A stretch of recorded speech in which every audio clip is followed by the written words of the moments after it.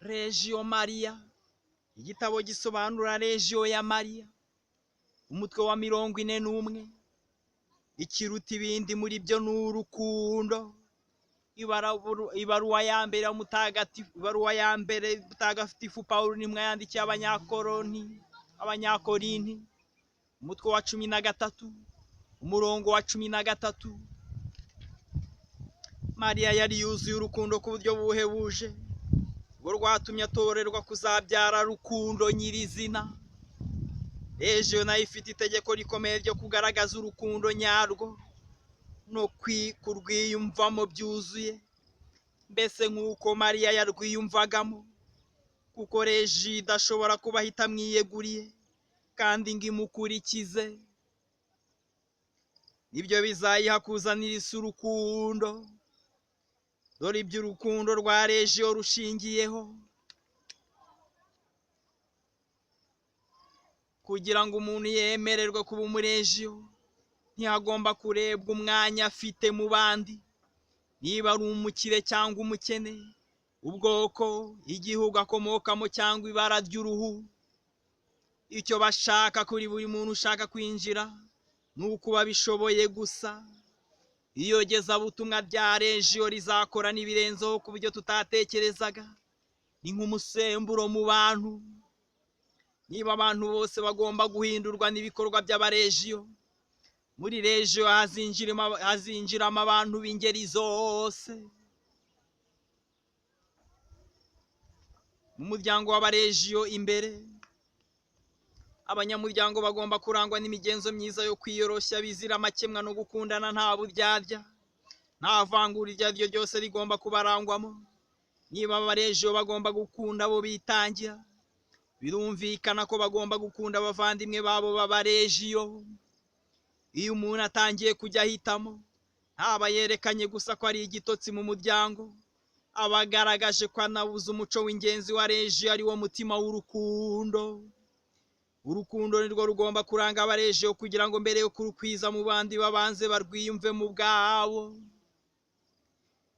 Icyo bose bazamenyeraho ko muri abigishwa banjye, nk'urukundo muzaba mufitanye.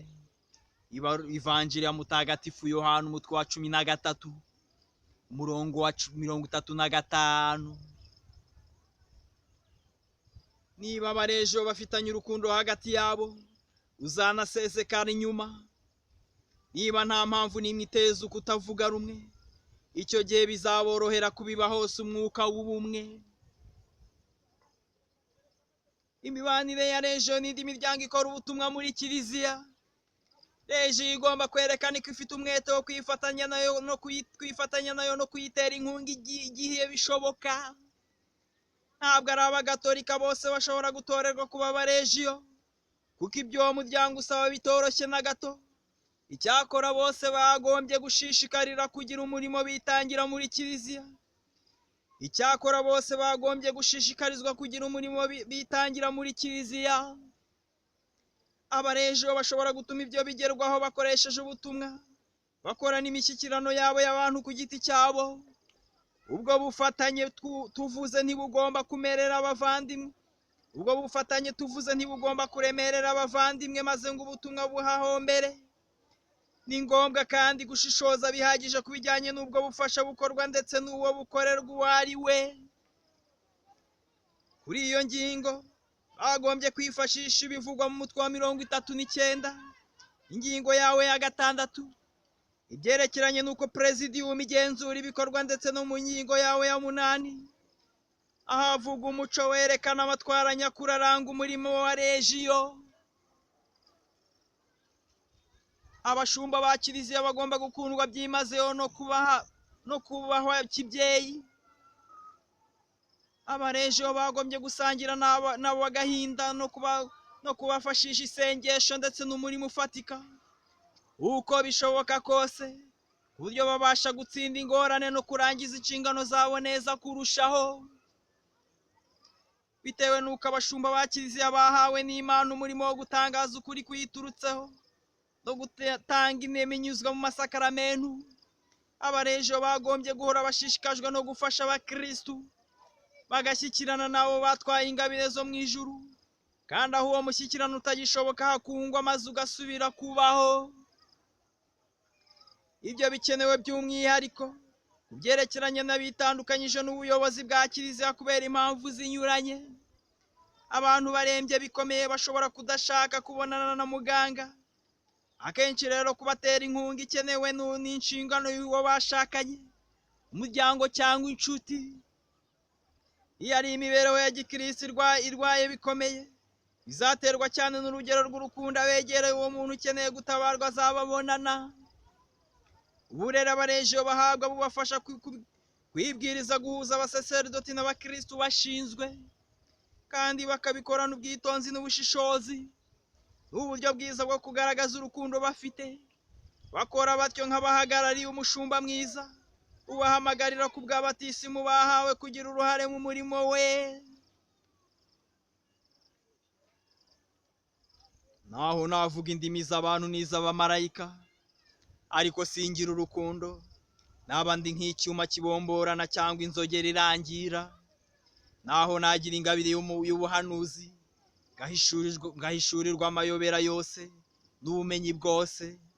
Naho nagira ukwemera guhambaye, kumwe gushyigura imisozi, ariko ndafite urukundo ntacyo mba ndicyo. Naho nagabiza abakene ibyo ntunze byose, naho nahara umubiri wanjye gutwikwe, ariko nta rukundo mfite, ntacyo byaba bimariye.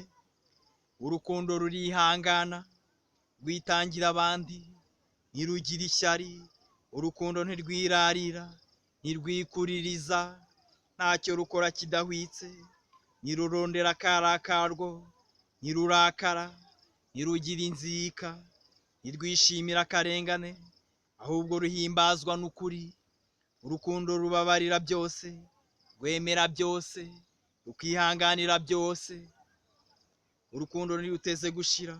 Ubuhanuzi se buzashira, indimi zose zizaceceka, ubumenyi se buzayoka.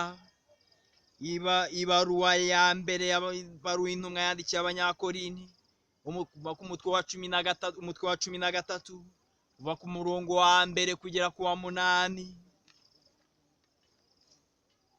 Umugereka wa mbere, amabaruwa n'ubutumwa by'abapapa.